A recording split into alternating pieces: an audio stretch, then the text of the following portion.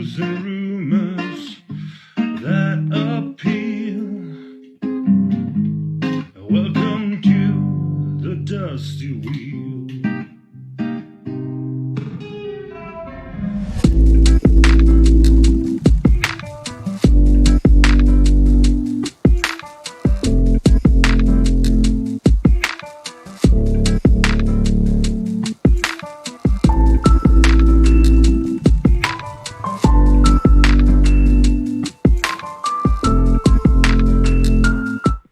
Hey, welcome back to the Dusty Wheel. I'm your host, the Innkeeper, and this is our live call-in talk show all about the Wheel of Time. Now tonight, we're going to cover a little Wheel of Time news, and then we're going to jump into our live adaptation. This is part 4. We're going to cover some fun chapters. Let me just remind you, we are going to be back Sunday. It's with a mystery episode. I'm not going to tell you what the topic is. I'm not going to tell you who the guests are. You'll just have to show up if you want to see what it's all going to be about and who's going to be there, because why not, right? So that'll be Sunday afternoon. We'll get back to you at the time, though, and the link to that later on this week. But without further ado, and with no more announcements, let me welcome my wonderful guests for the evening, Mary, Todd, Tal, and Tom. How are y'all doing tonight? Hey, how are you? I love how you're all drinking. I think that needs to be the beginning of the... I'm tell all my guests to do that. Just everyone needs to be... we are in an inn, aren't we? It's not... That's true. That's true. I'm loving all the colors tonight of the backgrounds. Tom, that blue is really popping tonight, man. Appreciate that. Tom, you are a fellow Dragon Mount. I feel like I'm part of Dragon Mount. Yes, but of course. You're also on the YouTube channel. You do a lot of work on that side of things. And recently, you put out a little theory video of your own, I think, talking all about the audio trailer that came out. And so I'm kind of curious. We covered this last Monday, just 2 days ago. But now I kind of want to ask any of you here, but starting with Tom, like, what was your theory about what we were hearing in that audio trailer? Oh, man, yeah. So it was really interesting. I mean, what did Madeline did say that it was her and Verin, later on. So we did get that confirmation. So that was nice. Yeah. But I honestly think, and it was confirmed when Rafe did say what he said, that, that was kind of like a little sneaky trick that he pulled on us, where, it wasn't anything from the eye of the world. So honestly, I really think that it was, what we heard was conflict, obviously, in the background, something going on. We didn't hear any channeling or anything like that. We didn't hear any explosions or breaking of things. It sounded more like scared people. So the obvious answer was going to be, Winter Night, and 1,000 people guessed that, and he didn't say it was right. So my theory was that it was Egwene and Verin in Faldara, either like probably after Padden Fane breaks out of the jail. So nice. Either them trying to, like, maybe Verin was in the dungeon with her instead of Rand, or maybe it's sometime after that. And it's either them trying to escape the dungeon or get back to Moiraine, and relative safety. I like it. Yeah, Faldara is definitely one of those topics that came up, and that would be the one detail that Rafe said was not in the scene that he thought would stop any of us from guessing it, because we had to be psychic to know what it was talking about. Yeah, and Erin, my wife actually guessed that, because I had already guessed like 5 things, so she posted that guess, but she put, instead of putting Verin and Egwene, she put Rand and Egwene, like it was from the books. And then he said someone almost guessed it, but they were one word off. And I'm like, you're like, that's how I was this close to Prague. That's how excited I got about mine was. He did not discount mine. That's what I cared about. I was like, just don't ruin. Well, then you think my theory is loony. I can see Mary up there in the corner. She does. She hates my theory. But again, he did not discount mine. I didn't get cut, and that was the most exciting part. So, do any of you, Mary, Natalia, Todd, do any of you have any theories about what that audio trailer that WOTONPRIME released, what scene that might have dealt with?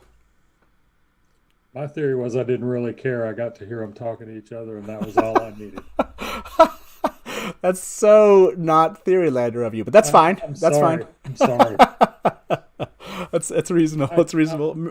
I cried Mary, a little bit. Are we trading now? Is that what's happening? He had a theory. I had a theory. Exactly.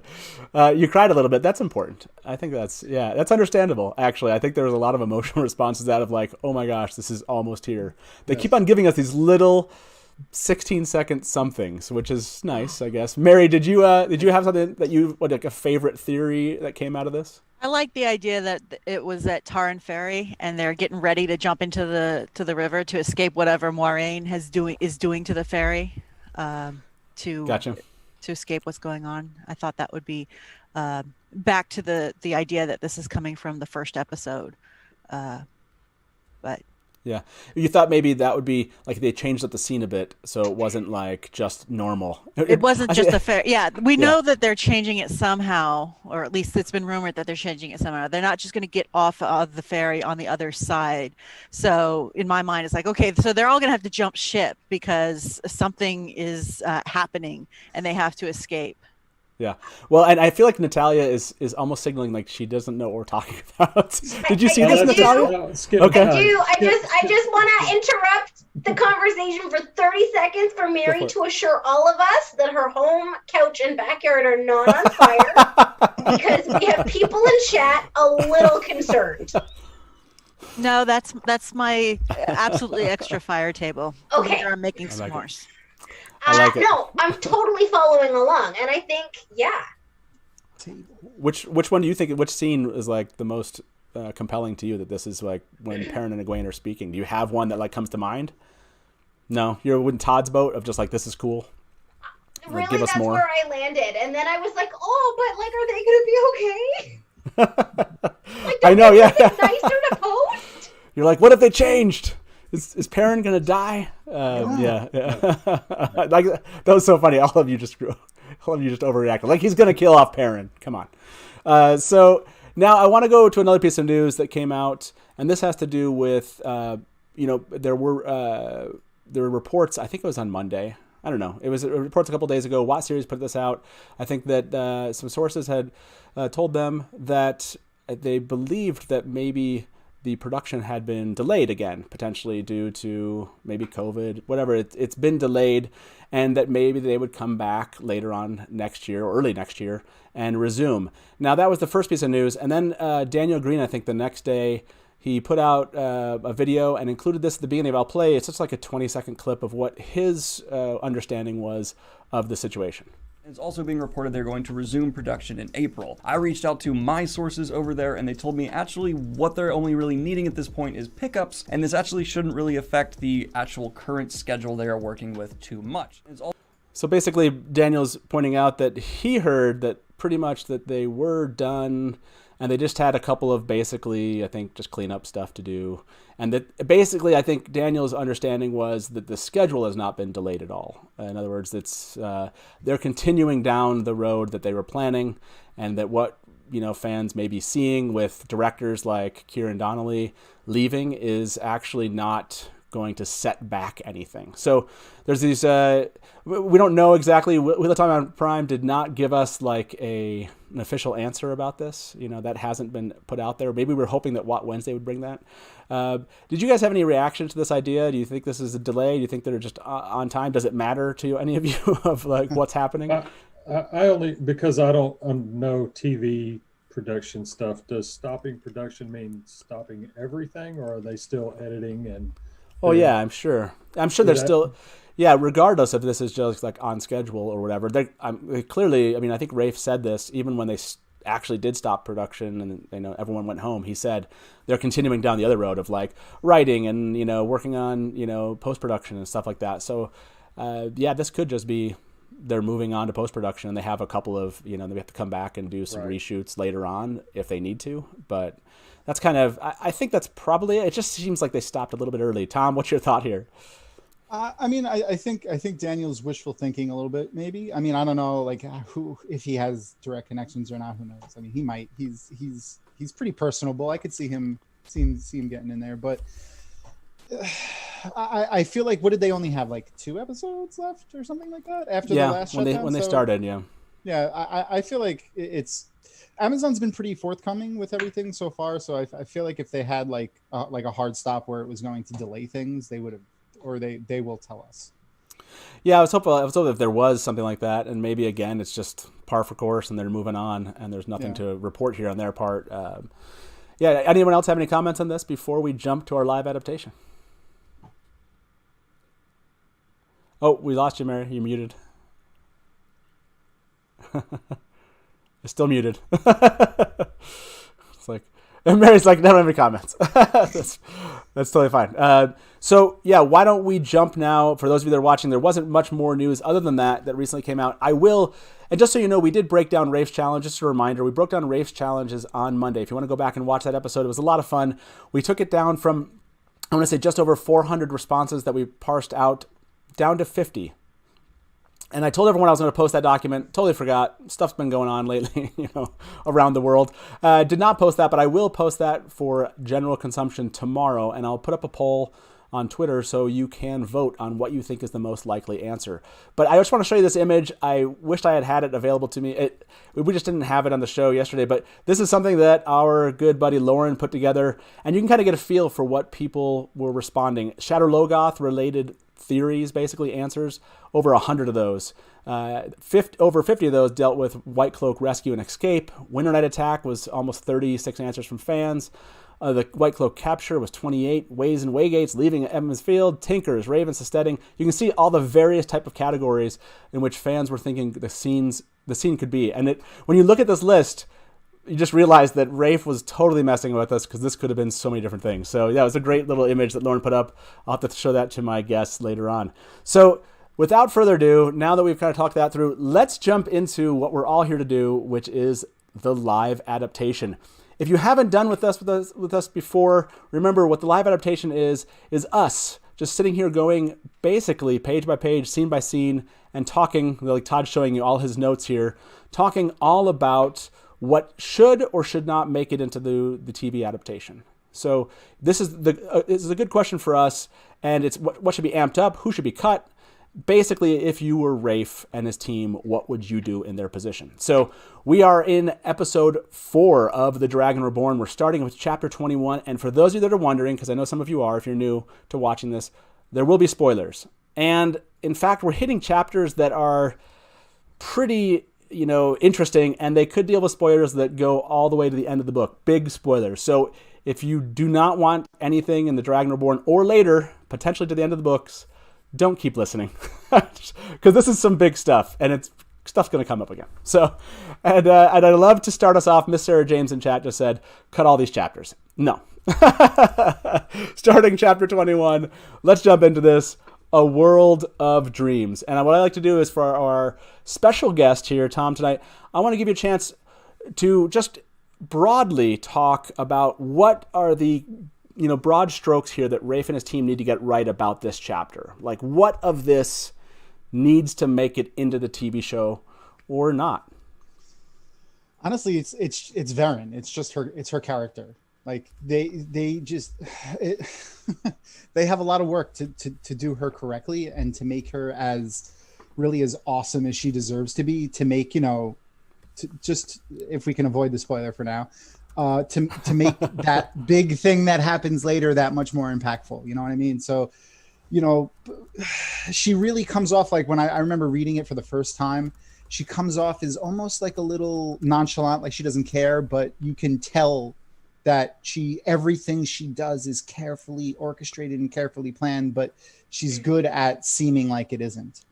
Yeah, that's very obviously here. Verin is the right answer, as in they have to get it right. And I like what you said. That is a very nuanced thing, that from a writing perspective and an acting perspective and a set perspective, like there's so many really key things that just need to feed into this, who she is.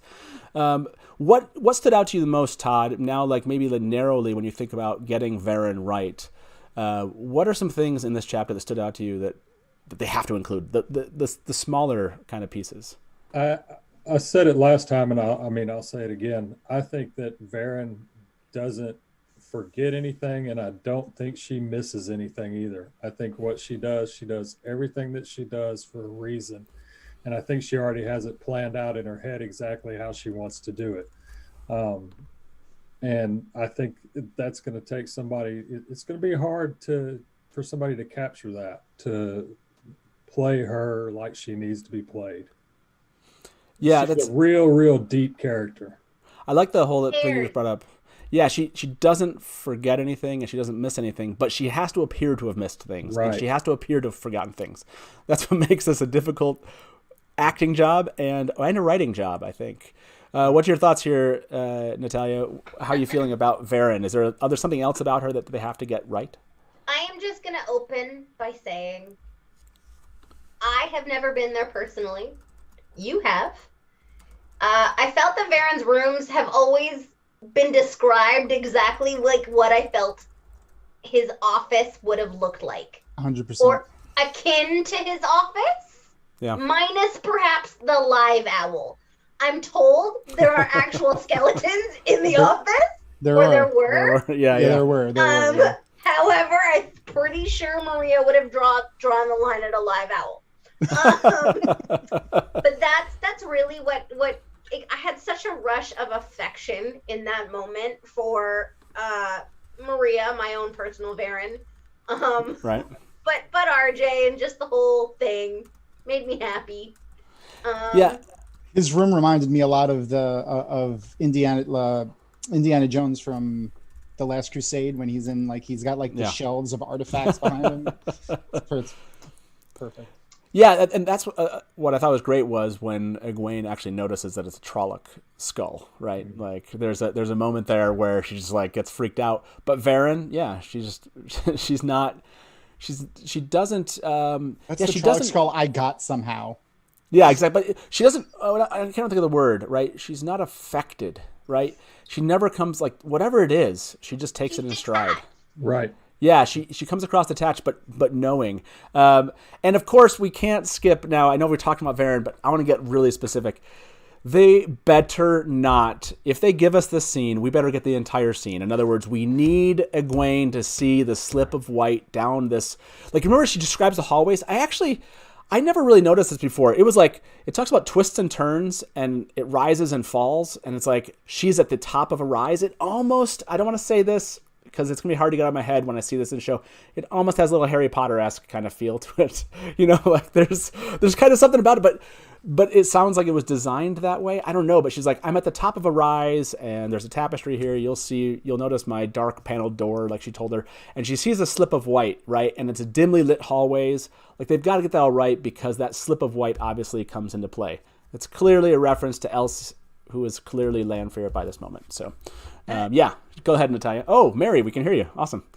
Literally say a flash of white, comma, a question mark. Lols. We have to get that in there. And again, because to me it's a great place to really begin integrating the Forsaken. We talked about this before when she meets up with Matt, knowing she's already there, it makes sense to just keep her as part of this. And Mary, now that you're back with us on the audio side, anything specific that you have down where you're this is key to this Verin scene with Egwene that they need to basically transfer into the TV show? I just hope it's visually stunning. I mean, they can have so much fun setting up her study. Granted, it's going to be a lot of effort for one use, but it may be worth it. I think they could have a lot of fun with it, especially the owl, definitely. But just architecturally speaking, why in a tower would you have halls going up and down and up and down? It must be an Ogier thing. I don't know, but she's not in the tower. She's in the library, and the library is a separate building from the tower. That would make more sense. Okay, now I didn't bring the diagram. I didn't bring the diagram for that. I should have. By the way, Two Rivers Badger in the chat just said Matt needs Lanfear all the time, every instance. Yes. This is true. I agree with that statement. This is not news. I like Badger Reborn just asked, did Verin kill the Trolloc? I think there is so much purpose that Robert Jordan put into that office that he described. And I think there's stories there that we're just never going to get. Easter eggs. Yeah. Oh, so many. Yeah. Yeah, that we'll never know, but we can only theorize about, which makes it fun. For those of you, by the way, that are watching over on Twitter and Facebook, hope you enjoyed the sneak peek into our live adaptation. Come over to YouTube, have fun with us there. Just look up the Dusty Wheel on YouTube. You can find our link on social media, and come jump in chat, and we'll try to bring in your questions. And we'll open the call lines later on, probably in a half an hour. And if you want to give us a call, you can give us a call then. So thank you very much for joining us. And if you happen to be here with us on YouTube, please like the video. While we're doing this live, it helps other fans find this. And subscribe, because why not? We do live call and talk show. It's fun. So, one of the quotes I want to bring up is all of, again, and I want to point out spoilers, but all of the Black Aja related references are just overwhelming. Like, she even says, like, it was not a comforting place for one thinking of the Black Aja. Such a great, what a great, like, it's, I don't know, it's perfect. And then there's a moment where Verin is so disorganized and she's reading off this one piece of paper. She says, like, the last available of, like, this manuscript by this individual. And Egwene notices that with that piece of paper, she carefully puts it into a leather folder. Like, you think of the whole office that she just described. This one thing was very careful. I love that. Again, it's this description of what Verin, you think that she's disorganized, but it's all part of who this is, right? Mm-hmm. So, yeah, anything else now? Tom, come back to you. Egwene gets in there. We see this place. And then, obviously, we go through this whole thing where Verin starts telling her about, the Dark One and the Creator, and eventually leading on to give her the ring. What else needs to happen here? Do you agree in the show she should be given the ring? Like, is this an important key, or do you think that Rafe and his team should cut out this whole kind of idea of the ring and Tel'aran'rhiod?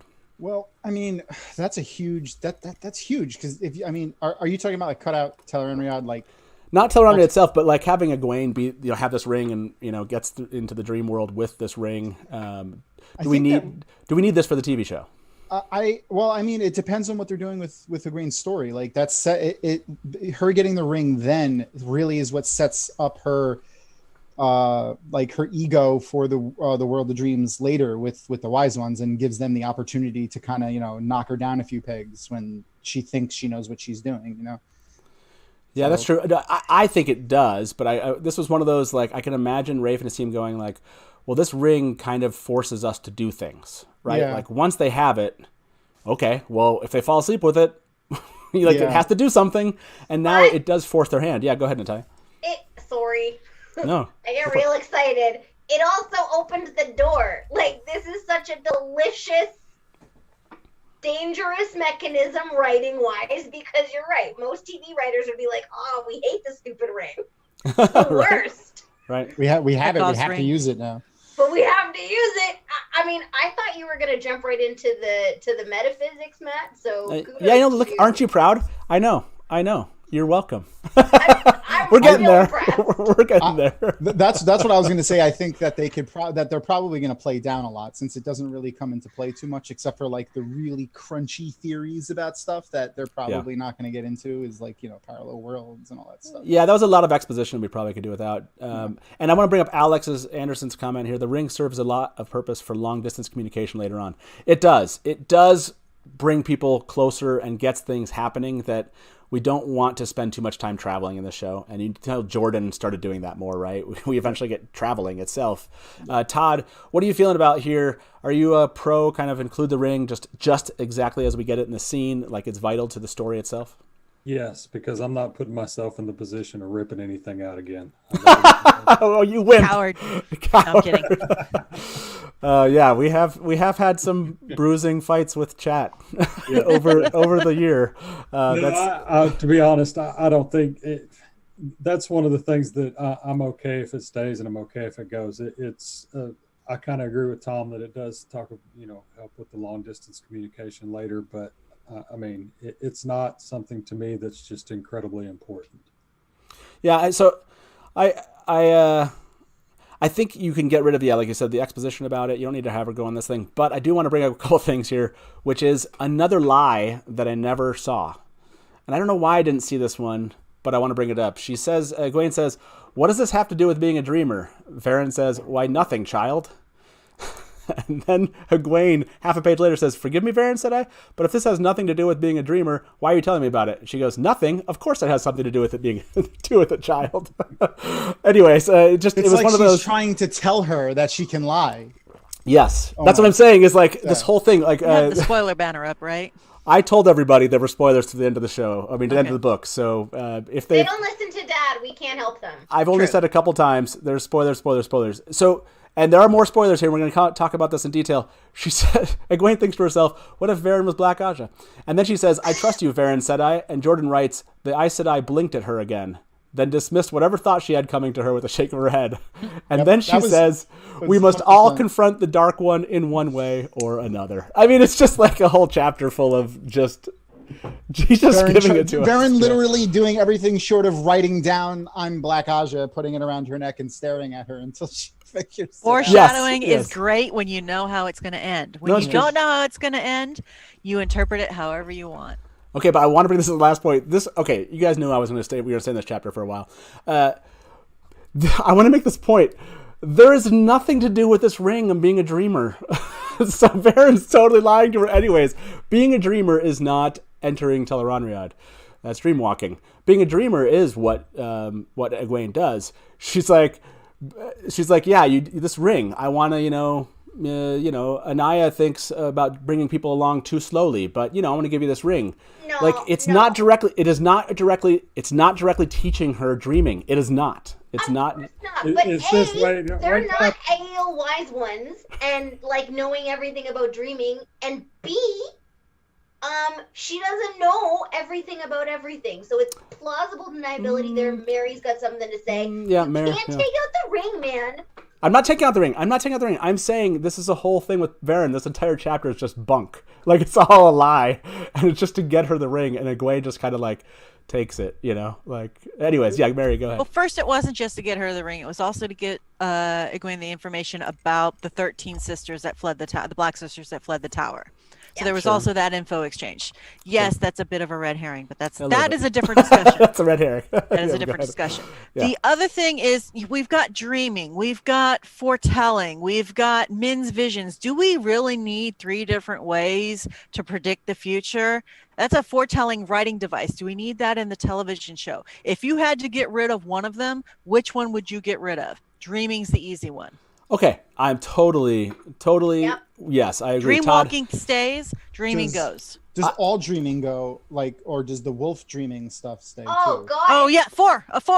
Wolf dreaming. No, you got to keep wolf dreams. No, but the wolf dream is technically, wolf dreaming is dreaming. Yeah, because it's not just going into Tel'aran'rhiod. Perrin also sees the, Yeah, he sees the visions. I would leave that. I think you could drop dreaming as an overall talent while still leaving the dreams in there. What I mean is that you don't have to make it this, exposition about, I'm a dreamer and I'm learning how to dream. You can dream walking. But yeah, so, sorry, Todd, I saw you kind of reacted when I mentioned that whole dreaming and the ring not being directly connected. No, I'm good now. I feel like I'm back in high school algebra, and I'm out of it. Okay, so I want to answer some questions out of chat here. And so because the people were asking, do we really know that she doesn't know they're connected? Yes, because if you remember how the chapter ends. So remember, Verin opens the box really as tightly as she can, picks out the ring and gives it to her. And then immediately after Egwene leaves, she opens it all the way and stares at the documents and literally thinks to herself, it is best by far to leave things as they are. What will happen, after she tells us that this is basically 50 pages or something like that. It's all of Corianne's writings about her experiences with this very ring. And what this ring was. She knew that she was sending her to Tel'aran'rhiod, and that obviously she knew what she was doing. And by the way, yes, we can argue later on about the theory of they're obviously related, but the ring itself did not teach Egwene anything about the dreaming talent itself. It did teach her. Yeah, remember the ring works for anybody. She doesn't have to be a dreamer to use this ring. That was never required. You don't even need to be a dream walker. No, you don't. That's the beauty of this. That's the beauty of this mechanism, is that it allows people like Elaine. It allows people like Min.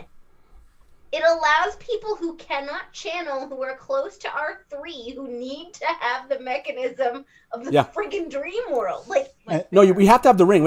I'm just saying it's. And without the ring, we also won't get. We won't get angry Nynaeve trying to go to sleep and channel into the ring. Yeah. No, we have to have the ring. We have to have dream walking. Absolutely. I just thought it was funny that Egwene never put these things together because she was just like Verin think totally that's fair. like Is totally this- smoked her. Yeah, it's I don't think that's fair. Verin tells her this will work for anybody.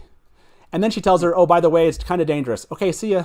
Bye. It's just a bye. Can we please This- keep the scar? Is this chapter when I listened to it today before we came on. Egwene gets the list of the terangrial that were stolen also, right? Yeah. So that's also kind of important. Yeah, they talk about that in chapter 28, I think. 27 or 28. Chapters later. She does get that list. Although if we remember correctly, it doesn't really. Or I mean, it's is it somewhat just useful. Verin telling her it later? I don't No, it's remember. the list. No. They get the list, and then they all talk about how the list, like, they were all reviewed by Korean and they're like, Yes, maybe right, she yes. didn't notice. So what you can tell, there's a lot of things that are. I think this is a key scene, and I think all of us agree here. Basically, most of the scene needs to end up in the show. Like this inflection point about who Verin is, and connecting Egwene to the ring, which connects them eventually to the Aiel, and all of her story arc here would be really strange if they dropped the ring itself. And so we should not drop that. I think everyone agrees with that. But we can move on from this scene. I just love it. I'll be honest. It's such an amazing chapter. This next one, possibly almost as good. And so let me start with you, Todd, about this one, chapter 22. So we get this whole scene.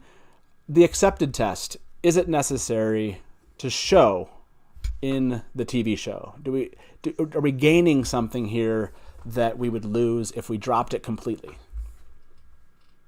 I think so. I don't know that they necessarily have to show what happens inside the rings, but they have to show the reactions to it afterwards, because it clearly affects all three of the girls. It's hard on them, and from what the other Aes Sedai say, it's hard on everybody. This is something that they just don't discuss. It's almost like a Shared trauma. a PTSD kind of thing, where they just feel like it's better not to even talk about it because it's so hard on them. But could you handle that in a dream? What I mean is, like, could she be startled awake in the middle of the night and she's back in her bed and she's thinking about this? Or is that too much? I mean, maybe she meets up with Sheriam and she's like, you're going to be going to get tested and everything. And then we just skip that and you get to the scene with Nynaeve and Elaine. Is there something that happens in the scene that is key to building out Egwene's character or the character of other individuals in this scene? I guess that's... Yeah, I do. I think so, because she starts to have doubts about everybody being Black Aja. And I think that's kind of important. That and the resonance to the rings when she goes in and out. I don't know that that's a huge thing that needs to be shown, but it's something that happens, and it's one of the reasons why she starts having bad feelings about Alana. I know I'm going to screw her name up, but because there's a lot that happens in this scene, because she doesn't know who's read all her papers, and she doesn't know who's touched them, and she doesn't know who knows that she has this ring in there. And, that added to everything that happens to her in the rings, which, like I said, I don't think we necessarily have to see all that, but you can see the reactions to it after it's over. And then Swan's reaction to everything is pretty cool to see too. Yeah, I mean, and Natalia, I see you shaking your head here. Is there something specific about? Yeah, I think, Todd, that's true. Those reactions are important. Which one of those is most key for you, Natalia, when it comes to each of those individuals? Alana, Alida, Swan, Shireen, and Egwene. The subtext between the grown-ups in the room is critical. It's like that moment when McGonagall dunks Trelawney in book 1. In the Great Hall. Like, you need these moments between the grown-ups, and right now we have to remember these are the grown-ups. Like, I don't mean to be so asinine about it, but like I want an actress who can play subtext across Maria Donnelly as Elida. Yeah. No, that's true. There is a lot of subtext here between, and this is a great scene for it, right? It's a very dramatic scene. The sparks in the eyes. That's what the sparks are between them. Yes. Yeah. The other piece, though, too, is that, like, I get that maybe it doesn't further the plot ahead, but these are seminal character development moments for one of the primary female characters in our series. These things are what motivate her for the rest of the series. So do we need to see her as an Amerlin? No. Would it help us in season 4 to see a flashback to her accepted test when she's faced with this impossibly absurd choice? Maybe. Yeah. I mean, I want to bring that point up. Mary, it kind of, I don't know if we say it kind of gives it away, right? It's not even foreshadowing. I mean, it is a form of foreshadowing, but it feels like it's just like, you go back and read the books and you're like, okay, he just told us a lot of stuff that's going to happen. The what was, what is, and what will be, basically. Wouldn't a little bit of that, like showing that she's becoming the Amerlin, showing that Rand is going crazy, and mad, and they're trying to gentle the dragon, isn't that a little bit just too much information? Do we need that kind of basic exposition about the plot itself? Or, if we're going to get the scene, what of this would you show, Mary? Oh, we lost your audio again. Oh, no, you're back. You're back. Okay. You're back. All right. I'm getting a new computer for my birthday, everybody. Yay. I'm on the fence on this one. I agree with Tal that a lot of this is seminal. You need this information. And I just thinking about this and thinking about Egwene's arc throughout this whole series, man, Jordan liked to beat on her. She just went through the ringer and then went back through again sideways, and then and I don't get why people don't like her. She's just badass. There's trauma. There's a lot of trauma here, but the whole arc. The only thing I don't like about each of her arcs is they're so hinged on Rand. I mean, it kind of fails that Bechdel test of Egwene as a character. But it depends on how much they're going to lean into the potential romance between Rand and Egwene. If they toss that, you don't need some of this. But they're still friends. They still grew up together, and Rand is still the main character in this series, whether we like it or not. I have opinions about that. I'm sure you're shocked by that. Shocked. Totally shocked. But do we need it? Yes, but I think it can be pared down. You don't have to go into so much detail. I like the fact that, she just got the ring. We just talked about dream walking. We go in and then suddenly things just kind of go AWOL. Things are going nuts. And it shows the connection between what happens in the rings and the world of dreams. And it calls into question the very nature of reality. Yeah. Oh, that's a good point. I mean, that is, and Nynaeve had... We likely would have already seen Nynaeve's at this point, but I think you're right. It does make people question what is real, which I think is an important aspect of this. Although I do want to bring up the fact that we get this whole like resonance thing. And Tom, between the two ter'angreal and she almost dies in there, is that just added nice drama for the TV show? Or is that just kind of something to throw away? Like, can we just get through the scene really quickly, show a little bit of that trauma, show her go through these really quickly, and then get out of here? Or do you want them to dig into pretty much every piece of the scene? I think they could do it quickly and still get it done right. I mean, the first one is just her married to Rand, and then he goes crazy, and then we get the fight in the royal palace, and then she's Amerlin, and they're trying to turn her to the shadow with the 13 road. Okay. Yep. So I feel like they could get that done pretty quickly, but with the resonance with the two ter'angreals. So it depends on if they how deep they want to get with that, because it's the three rings are kind of like fake alternate realities, and then the ring has to do with going into parallel universes, so they're probably made in similar fashions, and that's why they play off of each other. Yep. It also sets up Alana taking the penance, which is her putting herself in a position to try to already start to meander toward Rand. Yeah, I think that's true, and it does depend if they want us to also question Verin, though. So I want to throw this out there. She knew that she knew the resonance would happen. Anyway. Yeah, go ahead. This is where we learn about the 13. It's the first time we see that. Version, and the other thing I wanted to mention too is she also has information that she gets in the third ring that she would never, like, how does she have, like, she gets the name of the 2 false dragons, she gets the 13 merged with the 13 eyes, and they're all stunned. Like when she tells, what is it, Swan about Sharon, it? Sharon, she's like, wait, what? Excuse me.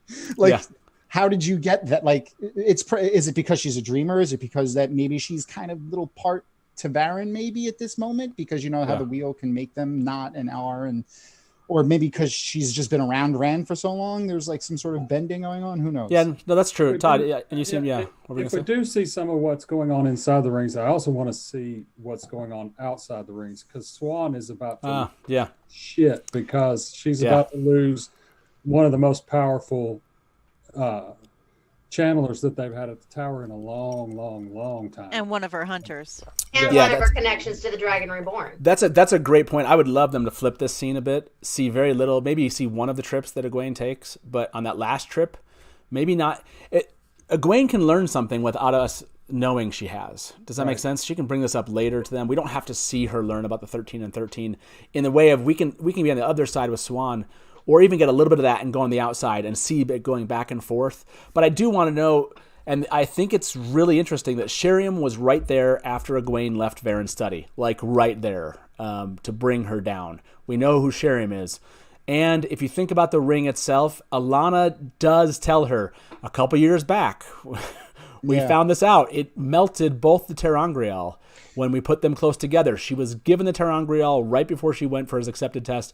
That would, whether you like that theory or not, it would be, if they followed through with that whole thing, it would lead them people down that road. It goes right along with it. So all the Black Aja stole a bunch of Terangrial that Corian had, right? So and obviously the ring could have been part of that horde, and you know Verin got it because, and then the plan was to give it to Egwene, because, and then Sheriam was right there to take her down, so she has the ring, now nowhere to go with it, and the plan is to try to get her killed. Yes, because of how important she is. Like that was a Black Aja plot, maybe.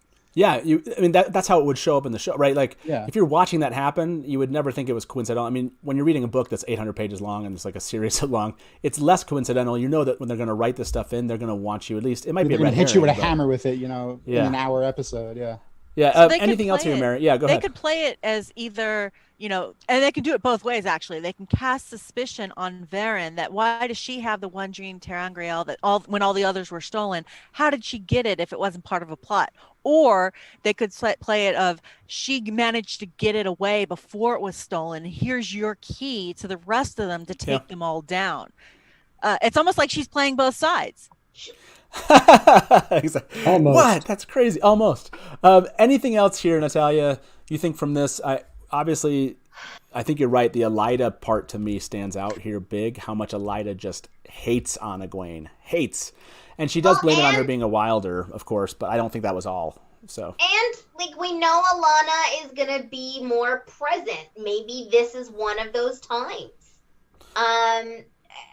You know, I have notes about it doesn't have to be 13. We might as well make it 7 or 5 and cut down on some of this casting when we can, but I don't think people a lot of merge will like make up. But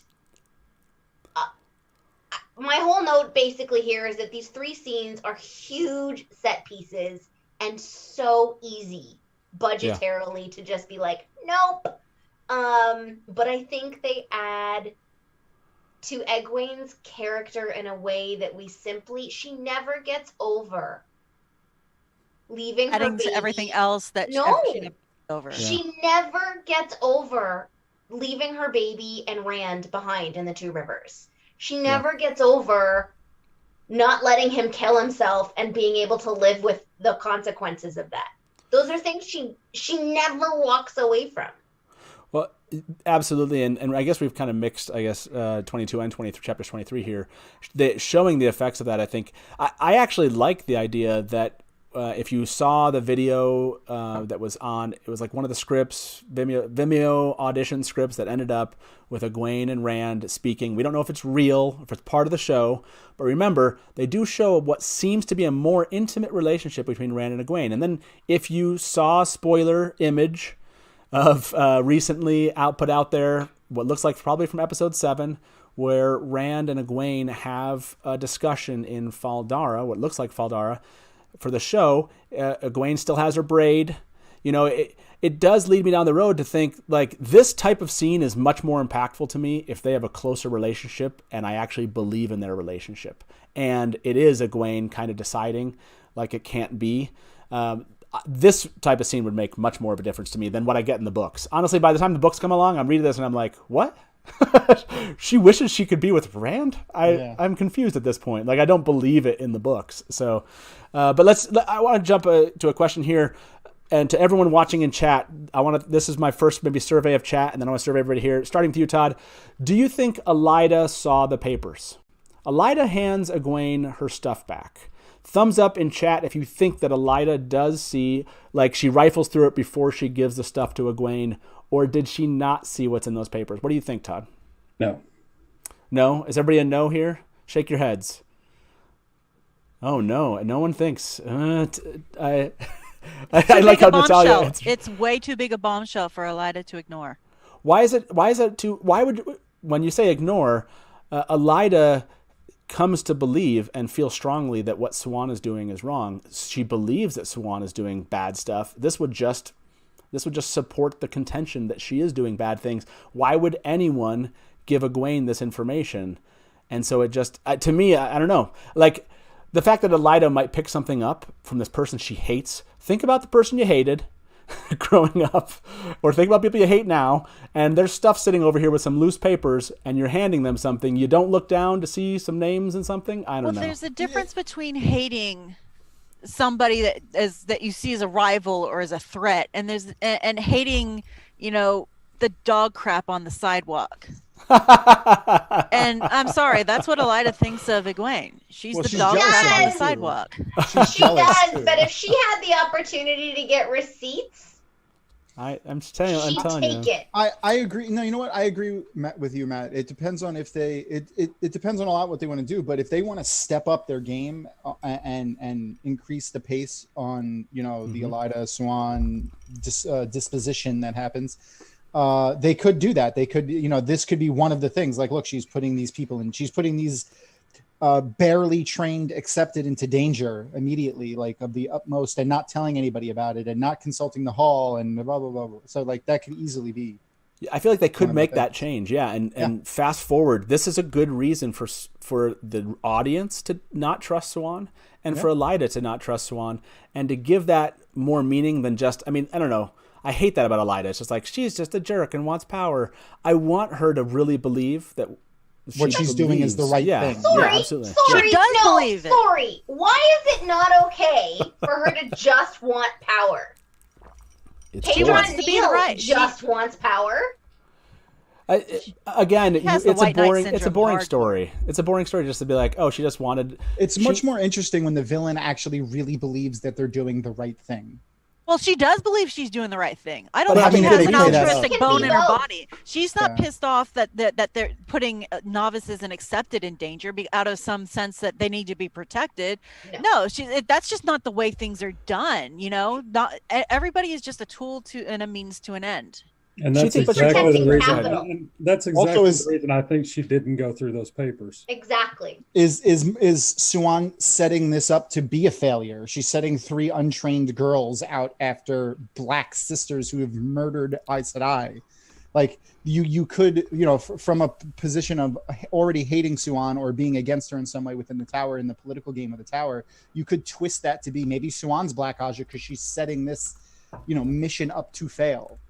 Yeah, I think they want to probably fast forward the plot, and so I would recommend that they do make this decision, regardless if you believe it was happening in the book. Oh, fast forwarding reasoning for Siuan to push to get rid of, for Elaida to push for. I think that is a change they should make. So I want to pose that to all of you. Do you agree? Let's make that change for our live adaptation, which is Elaida needs reasons quicker, and this makes a really good option for them to write in that Elaida she doesn't have proof because she can't take those papers. She just sees something. Maybe it's as she hands it to her, she sees something. It doesn't have to be much. It just has to be something little. But I think it's a useful tool, at least in the plot. So they can make up whatever they want. You think it's a horrible idea? Okay, fine. We'll vote. We have 5 of us. Thumbs up across if we like that idea, or thumbs down if we don't. Mary. Oh, it's just me and you. We win again, Matt Hatch. I'll retcon this one next one. Next time. There's another vote chat wants us to take, but I'm not dignifying it. Yes, they want us I to will vote. flag. We're 2 chapters in, yo. Yes. Afterwards, if you want to, we'll talk about that one in Discord chat. How about afterwards? That'll give you a reason for the post show in chat. Come see us in Discord. You can find the link in the description of this one. We'll have that conversation. It's one we've had before a couple of times in different ways. It is a common conversation, but those that don't have any idea what we're talking about, the question, it deals with nudity and if it's required for the scene. I think that in itself deserves its own episode if we're going to start digging into all of Robert Jordan's choices for that aspect of the books. So I don't want to jump into that and get us, like you said, we only have 20 or 30 minutes left here, or I should say 30 or 40 minutes left, and we're only 2 chapters in. So yeah, come see us in Discord right after the show, and we'll talk about that. So let's jump into chapter 24, because this is a famous chapter. And I feel like 23 was grouped with 22 because it's a short chapter and it's just kind of the aftermath of 22. Yeah, it's just the aftermath, which we all agreed that we need to kind of cover here, which is one, you keep the other. Talk about crying. Oh, sorry. Yes, you're right. Scene. You're right. Yes, there is that scene. Bane and Chad just said, wait, is Matt calling our discussion basic? No, I think it's worthy of conversation in Discord afterwards. That's what I'm saying. Or its own episode. That's what. So what I want to, though, bring that up, that last part of 23 is true. Natalia, you seemed really important for it, which or you think it's really important. The scene where she goes back and sees Nynaeve and her friend. No, you know what's really important is Nynaeve saying, you know what, guys, this sucked and it hurt. And screw them for making us go through it this way, and we will make them pay our price. Yes. I think that statement itself needs to happen, and they can get there pretty quick. That whole previous thing, I think within like 5 minutes we can get there and get on to that scene. Yeah. And does anyone disagree that we need this idea of them going back and to Nynaeve and seeing this impact to the 3 of them? Because Egwene is she's good until she gets there, and then when she gets there and sees the other, it's a real bonding moment for them. Like they need that. You could streamline it a bit and cut out some of the questions about the Green Aja and the interaction with Alana can be moved elsewhere. But it's the end of the test. It's the ceremony. It's Swan, doing her Swan thing, and then and Egwene's pissed. She walks out pissed. She is mad. And, she carries that anger as she goes back to the room and then it all then hits her and then she can have her falling apart moment. And they could do that so quickly too. It's just, exactly. Walk in, you almost see it fade to black. Yeah. No, I agree. You have to have those 3 feel some deep kinship, and this is definitely one of the moments that brings them together. I want to say one more thing too about the accepted test. Yeah. I really feel like that this is like from a marketing standpoint, it's important because like people love tests, like how like the Hogwarts hat test, like the house test. Like this is a test. Like this is something that people could put themselves into. Like what are you going to see when you go through your 3 rings and stuff like that. So yeah, I think it's important that they have it in there, and I think that they'll play it up so that people can put themselves into it. Yeah, for sure. No, it's again. I and people have kind of joked about this from a gaming perspective, but I'm hoping that this gaming does come into play with once they put this out there. Like I would love to see a really like an updated Wheel of Time game. I enjoyed the old school game. Me too. I still have it. I actually really enjoyed that. I'd love to see what they could do with modern tech on that kind of thing. Not that we don't want to go down that road. We'll do a gaming episode here in the next month or 2. That'd be a lot of fun. But yeah, I would. Yeah, for sure. This would definitely be one of those kind of things that they would put in a game for sure. Now moving on to chapter 24, and this tends to be one of fans' favorite chapters. Yes, scouting and discoveries, which I think is so fun. What a strange title for what this chapter is. And I will turn to Natalia to start us off here. Broad strokes here. What do you like? What has to stay? What should go? I mean, such a beautiful moment with the guards where he's just bumbling through it, and like we get these set of chapters give us such a beautiful geography of the White Tower grounds. It's not just a tower, guys. It's a huge ass tower with a bunch of buildings. And one of them is this like low mountain of a guard's barracks, which I love. I really want to keep the sword fighting. I think it's a great lead up for what we know is coming with Matt. It's a nice beat. And please God, keep the fight and at least some of the voiceover. Yes. Because the internal dialogue for me is half of Matt's charm. Right. And I really, really, really want Hammer's speech at the end. Yes. Well, yeah. I mean, so that to that internal dialogue question, Mary, I did notice that same thing when I went through it this time.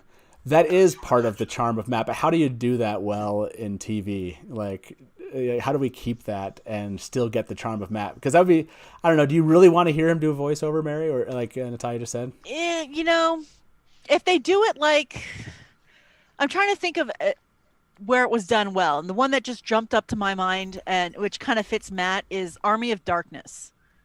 Ferris Bueller. And Ferris Bueller, to break the fourth wall. Ferris Bueller's a good one. Deadpool's a good one. But Army of Darkness, where Ash is talking about, the Necronomicon. Something like that, where it's kind of played for comedy, which, Matt is comedy. I'm sorry. Archer.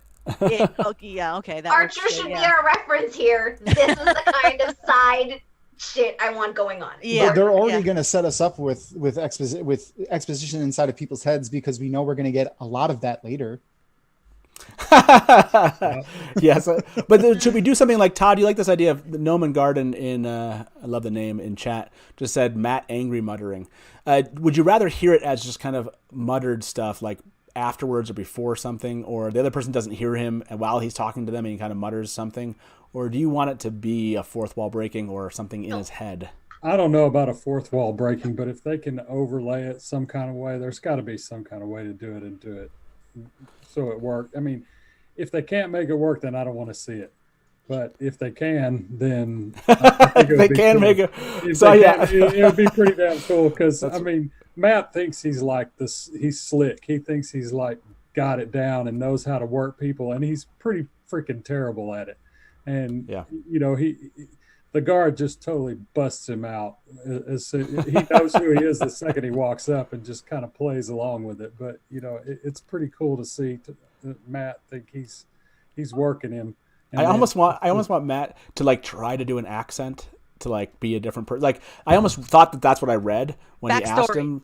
I almost thought that's what I read that it was him saying, "Yes, I do be from the guard" or something. I almost want him to like answer questions and try to just be tricking people, and they're just looking at him like just messing around with people. Yeah, he thinks he's being smart. I would like to see them do that kind of piece well. And to this, what were you saying, Natalia? This could be the whole episode, truly, with the fight at the end, right? The excitement, because like. He screws up everything he touches that day. Yep. Except. Yep. Except. That aspect of this entire part of Matt, and obviously we have to get to the quarterstaff piece of this, but I want to, of course, I can't move past this until we get to Lanfear, which is, do we want to keep on having this interaction with Lanfear while she's around? Like, Natalia just dropped this connection. I think you want to see her as Elsie, or Else, sorry. Or you want to see Else. You don't want to necessarily know that it's Lanfear. You want to see Else and have him kind of be like, well, that was a weird interaction, or Elsa, however you pronounce her name. Does it serve a purpose, though? What do we get here that we don't get later with the girls? So, this is that leading up where you actually get her interacting with them, and so it makes you question it a little bit more. But maybe it does. Maybe in the end, I guess it's such a small piece that it's really a nuanced thing that maybe doesn't matter. So we can. Miss Sarah James just said. It's mostly to make him feel like crap because he can't get the pretty girl to like respond. Yes, and that part helps too. Thank you. You just saved me. Yes, we should do it for that reason. No, Miss Sarah James said, "Let it go, Matt. Let it go." I'll let it go. That's fine. We don't need every reference dealing, yes, we do. But I'll move on. So the quarterstaff, and Todd, we'll come to the quarterstaff here. Is this really an important scene? It's awesome. It's a fun scene. Is this an important scene for the television show? Yes. Why? Because I think it changes Galad's outlook, and it also changes. He realizes he's not the greatest thing to ever hold a sword, or going to be the greatest thing that ever holds a sword. And I think later on, it really explains some things about the problems that he has in dealing with some of his other sword business. Because I'm trying not to be so deep here, but yeah, you know, I mean, he kind of he gets his ass handed to him, and it kind of, there's a little bit of slowdown for him because he handles it well. Yes, he does, but it also it clicks in his mind that It humbles him. Exactly, that's the word I was looking for. And I would agree with that.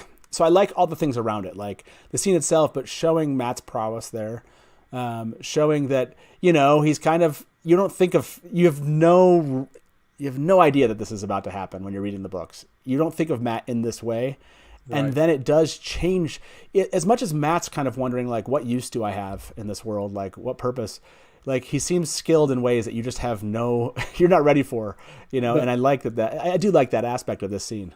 I love it when he says, "Yeah, well, my doll's better than I am." That's great. It really shows the prowess of the Two Rivers people and Manetheren, like, really being strong in their blood. They're the best fight. They're the Spartans essentially of the area, and it shows that. I think it would be really good if they bring it back later, if they do the scene with Galad fighting Valda. And like somehow Galad's like, "Oh, I remember this thing that Matt did, and now I'm going to do that." That'd be a nice touch. Somehow. Yeah, that'd be good. Yeah, I like that. I like that a lot. Yeah, this one's a keeper itself. However, they decide to put it in the show. You know what I mean? Like, I don't think it has to follow the events that it follows in the show itself necessarily. But I think this is important. This with Egwene's drama. Yeah. Like, give it a nice comedic. Have them happening at the same time. Yes, have this cutting be back the and B forth. Story. Yeah.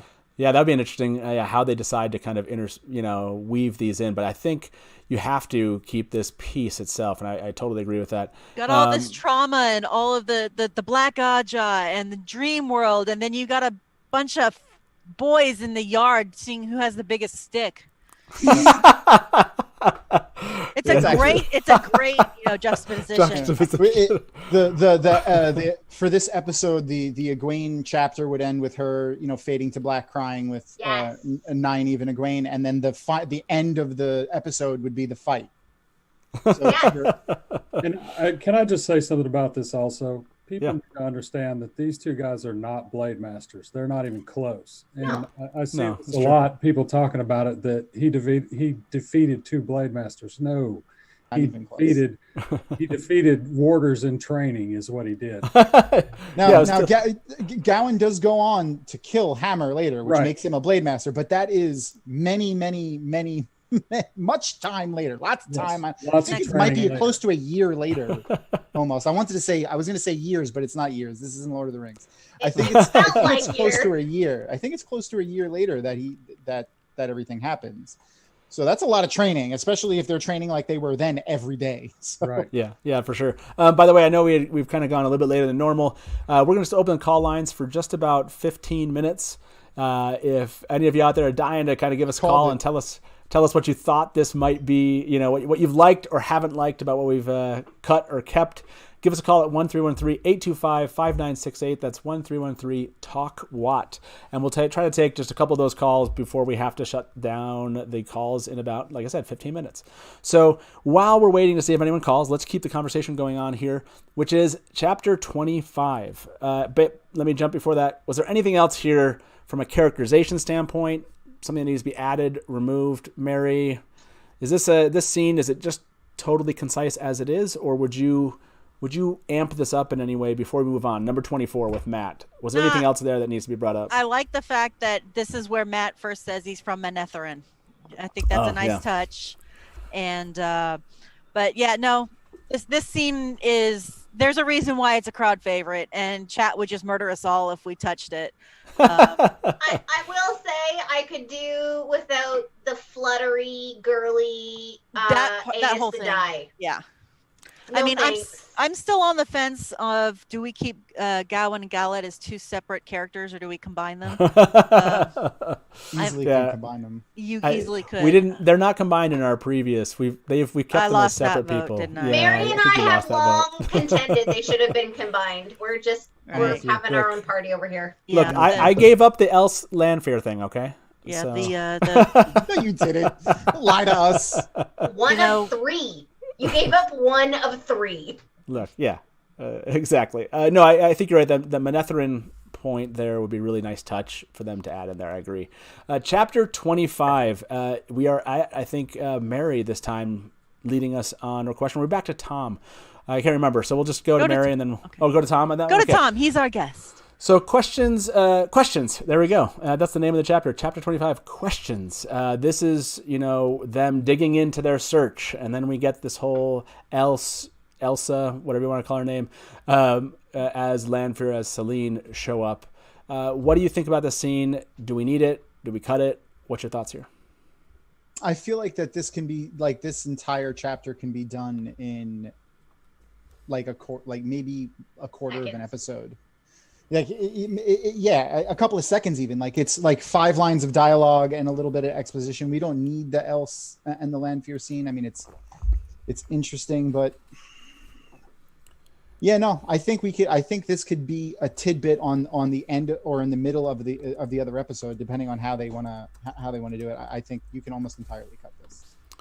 Yeah, this what comes down to. I mean, how would they even get to the storeroom? I guess you could just have Verin just basically be the person to deliver this message, or it could be like she actually could have delivered it when she met with Egwene earlier, which is, I got this list, whatever, I have these documents, and this is, you can go here and find this stuff. Although it is meant to kind of be something that is more of a plot to kind of take them out, right? Like this was never meant to be something that they would end up finding, as far as I recall. So you're for a get rid of it, did you say, Tom? Or did you say just consolidate it and get them, condense it? Severely condense it into like just a small part of the rest of an episode.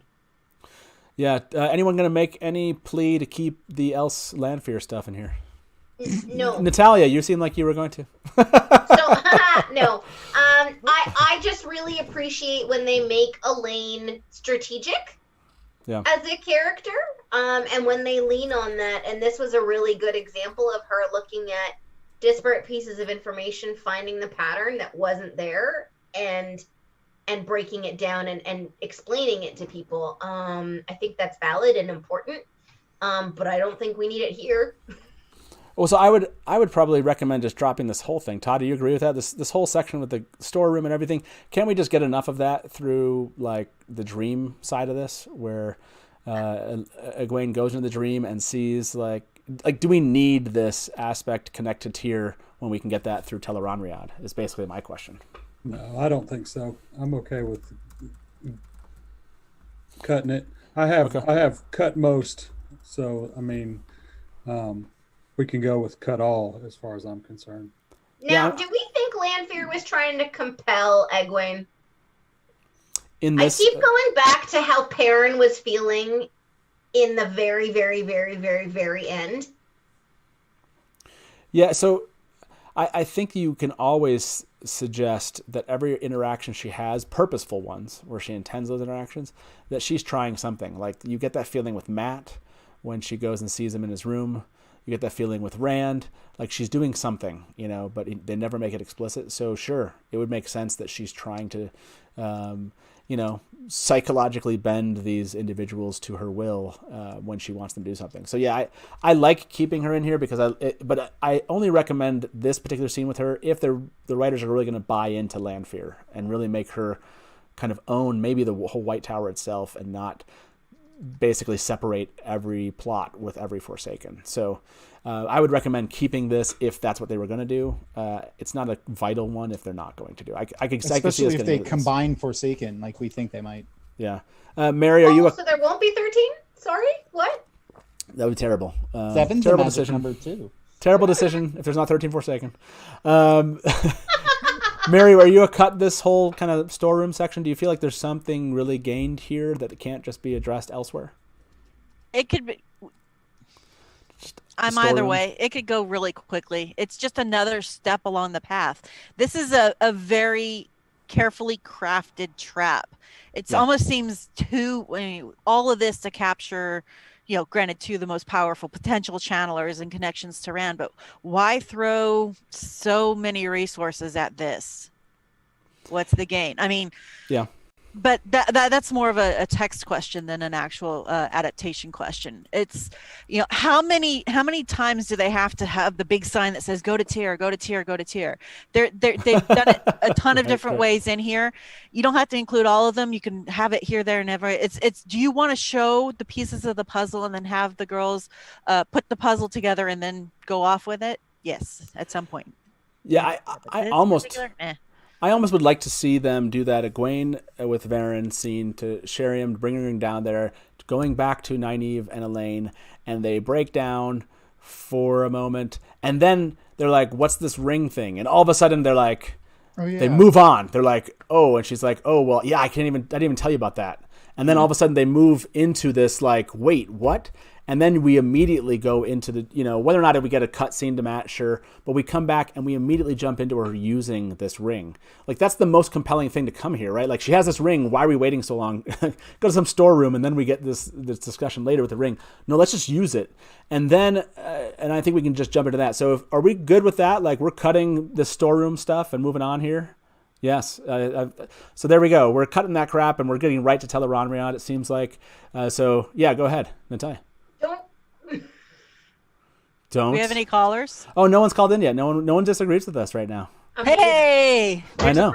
Amazing. I know. Everyone's just like, yeah, they're not doing crazy stuff like cutting Loyal. Well, I mean, one time. If we want to make people disagree with me, you could cut the entire courtyard scene with Matt and Gowan. It doesn't really serve a purpose. It's really fun and we love it, but you don't need it. Like, you don't need that at all. No, again, it just depends on how much they want to buy into this. They want us to get into Matt's head and how he's maybe changed a little bit. I don't know. The Matt, knives affected I would argue that a couple chapters down the road does that job for us quite well. But we're not getting there tonight, please God. Yeah. I don't think we'll get there. No, but see, to Lesbian Nerdy's point here, if you cut the storeroom, then you cut them realizing it's a trap. No, I think you can play that out.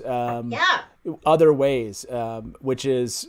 Whether or not it's something having to do with them being led down this and believing it because other people are telling them, like, you just need to see signs to tier. I don't think you need them to be kind of led by the nose to the storeroom to believe it's a trap. These episodes aren't going to be 20 chapters long, like in time ways. So they're going to hit us over the head with this stuff. But it was already a trap the first time. I feel like the fact that they were trapped. Yeah, they believe anything having to do with these people is a trap, and so Elaine the assumption figured out it was a trap when she realized it was so organizedly disorganized. Right, and Two Rivers Badger said they get caught anyway. That's true. Right. Fair point. The assumption is it's trap. Anything having to do with the Black Oz are trap, and so they're going to believe that anything they're pointed to is a trap. So I feel like they can get through that really quick. But now we jump to this 27 piece here, Todd, and we just have about maybe 10, 15 minutes left in the show. So let's jump into this Teleronriad side of things. They decide to use the Dream Terangreal. And then we have Sylvie. I'm not getting rid of Sylvie. Sorry.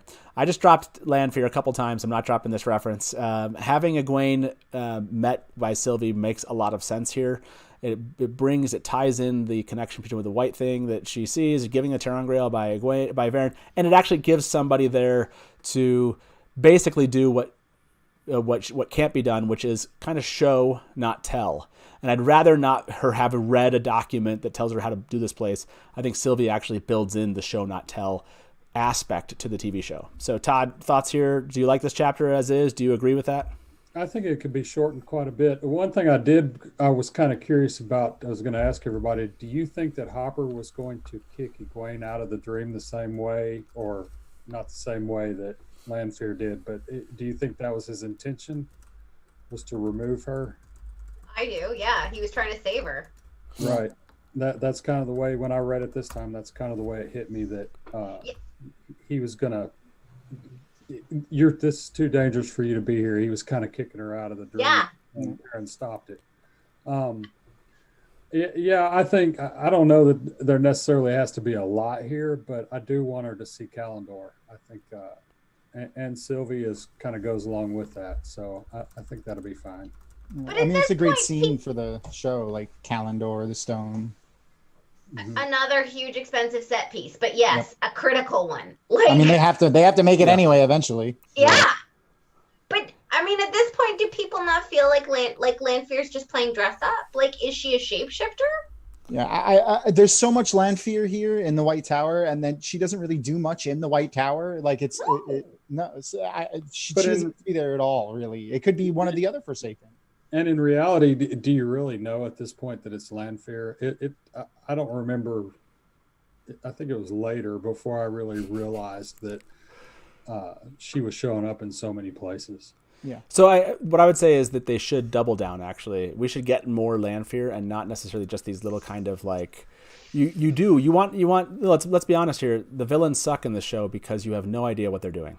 Yeah. It's like they show up late and they're like, did you do that thing? Yeah, we're going to do that thing. And then you get back to the main story and the villains are pretty much two-dimensional characters in the show. So I would much prefer that we get actual Lanfear plots and actual Ishamael plots, not just they show up at doors and you're like, what the hell are they doing here? And then they disappear and you're like, I don't get it. They could play it up a lot if they show somehow maybe Lanfear in the attack on the storeroom, like the actual attack on the storeroom, and they show one of Lanfear's disguises involved in it somehow. Then that would make her appearing later in that disguise more impactful. Yeah, for sure. And the chat's like more Lanfear. Yes, I mean more Lanfear in a good way, and that is to say, we can drop these lame kind of she's else and Matt runs into her and those kind of things. But the idea that she has a reason to be there and not she just happens to randomly show up places to me is much more compelling from a plot standpoint. And knowing that the Forsaken actually have plans, I feel like you have to do that. Ishamael is the lamest villain in this book. Let's be honest, he's just a dumb villain. And so if they ruin this from a writing standpoint and give us dumb villains, I will be extremely disappointed. I doubt that. Yeah, yeah, I hope not. I like bringing up Lanfear. Chat always loves that just as much as you all do. You were all for cutting this scene down and maybe this last piece. Do you like consolidating this and just getting her? I mean, is the key part here that really she kind of believes that the Black Azure are in Tyr? Like that's what we need to get out of this, or do you want her to have this first? Do you want her to go around seeing Rand and Perrin and everybody else? I mean, how are you going to show that?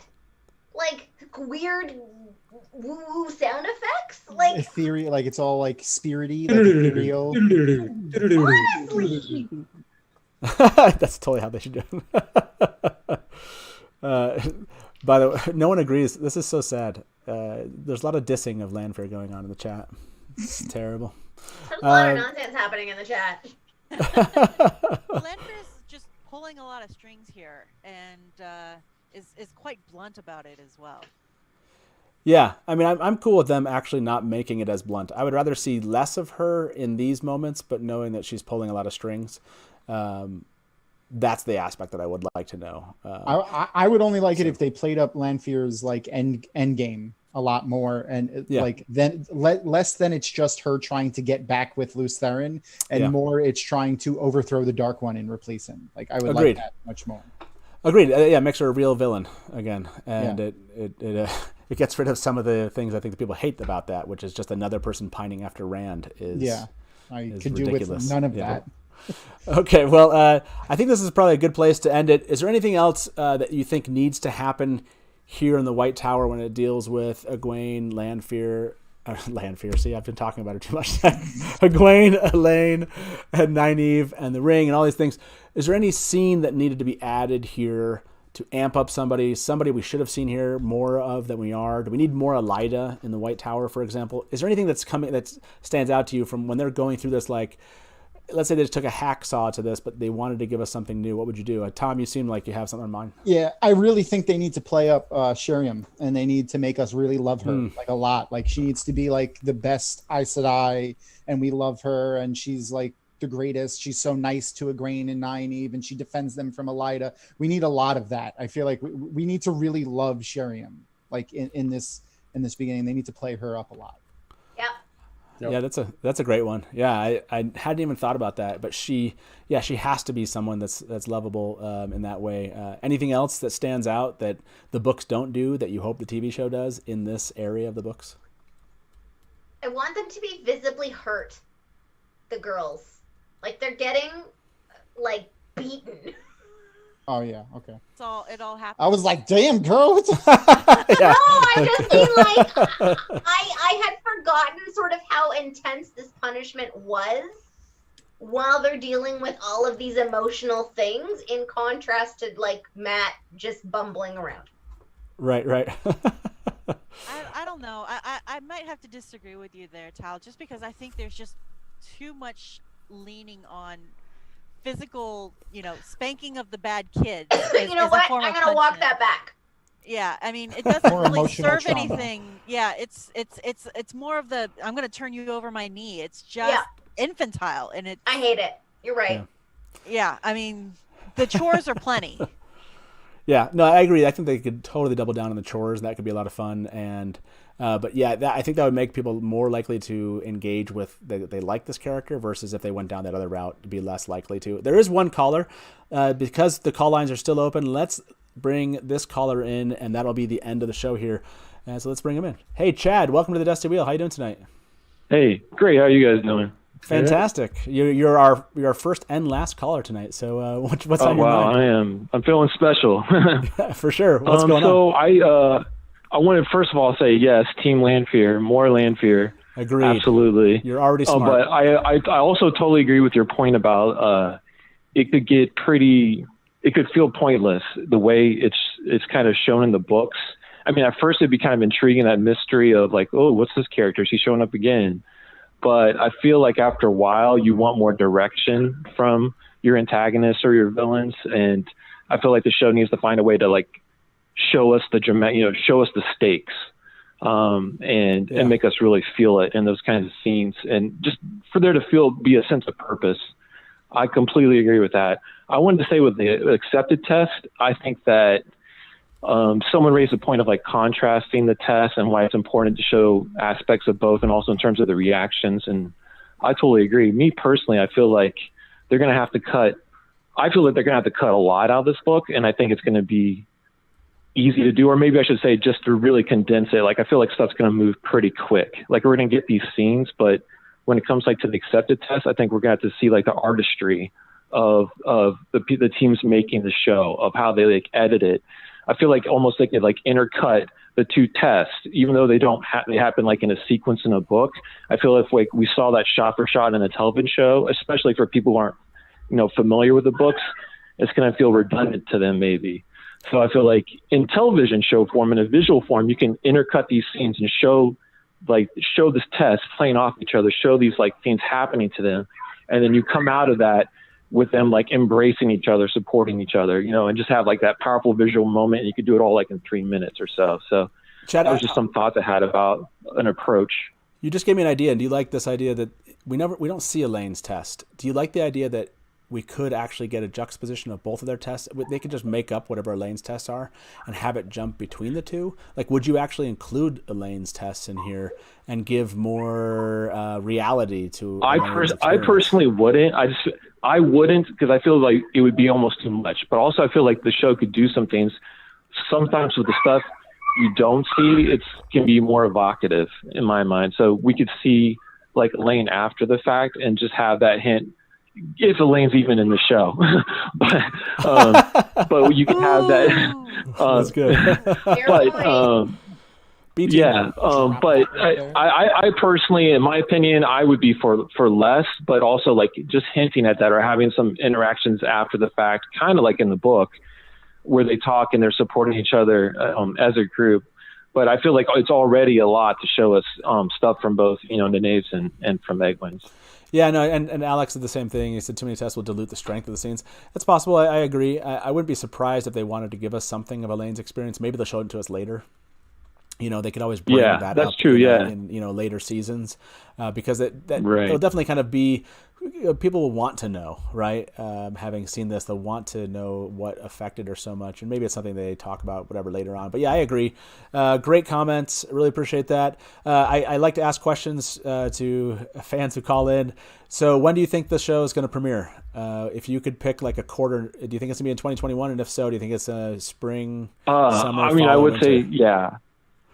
Oh, it's tough because it's such an unusual situation, with the hiatus and COVID and how that's affected production. Yeah. I mean, normally I would say at least for a show that's this effects intensive, that I would imagine it to be, normally I'd say at least 6 months if they're trying to go for a high quality of effects. But I don't know, because I know they were working on post-production to some degree during the hiatus. So it could be, I still would say at least 6 months. So say potentially they've wrapped shooting the final block, and maybe they're waiting to shoot pickups in April, or so. If we theorize to that level, then it could be not long after April. Even it could be like May or early summer. Okay. But my gut I don't know. It also depends on when Amazon wants to release it for like marketing purposes and in terms of what their show slate is like.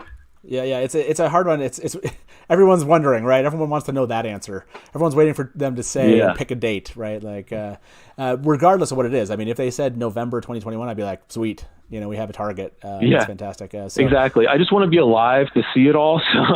So yes, stay safe, stay well, man. And, exactly. Stay healthy. Exercise every morning and all that. Exactly. Yeah. I love that. I love that attitude. Just stay alive for the Wheel of Time TV series. I think exactly. That's a great goal. Eating good stuff, because we got 14 books we need to adapt here. That's right. I love it. I love it, Chad. Question. Oh yeah, go for it. Well, we saw Chad on the line. You bring up a very good point, Chad, that having multiple testing scenes might dilute the impact of it. So let's just go way off on a bender here. If you had to keep just one, and I'm asking this to everybody, you only keep one, Nynaeve's or Egwene's. Which one do you keep? Ooh. I would keep Egwene's. Oh. I would keep Egwene's, and it's a lot because of I'm not even sure what the Knaves is going to be like. I feel there's like things that are going to change that. It is a tough one, but my gut tells me Egwene's, especially. You guys raised a good point. You guys are really on point tonight. So good discussion. I mean, it's a good point. Like, is it showing too much what happens kind of like in the future? And that's a good.